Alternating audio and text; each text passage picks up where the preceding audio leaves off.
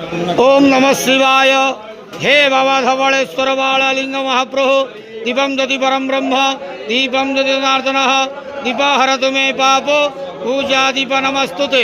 आहे धवलेश्वर बालालिंग महाप्रभु संसार सुखी रखंतु। आज श्रावण मासर प्रथम सोमवार रे समस्त श्रद्धालु भक्त मान को आशीर्वाद करंतु, मनस्कामना पूर्ण करंतु। समस्त श्रावणी पूजा भक्त मानकर मनस्कामना पूर्ण करंतु। कर्म क्षेत्र उन्नति करंतु, ग्रहरिष्ठ खंडन करंतु, जगतर मंगल करंतु, विश्वर कल्याण करंतु, आपणकर नाम प्रकाश करंतु, सेवकर डाके श्रवण करंतु। समस्त गुआवसा भक्त मानकर मनस्कामना पूर्ण करंतु। बाबा धवलेश्वराय बालालिंगाय नमः। संसार सुखी रखंतु आनंद केवार। हरि बोलो। आज श्रावण मासर प्रथम सोमवार रे समस्त श्रद्धालु भक्त मान को आशीर्वाद करंतु आनंद केवार। हरि बोलो।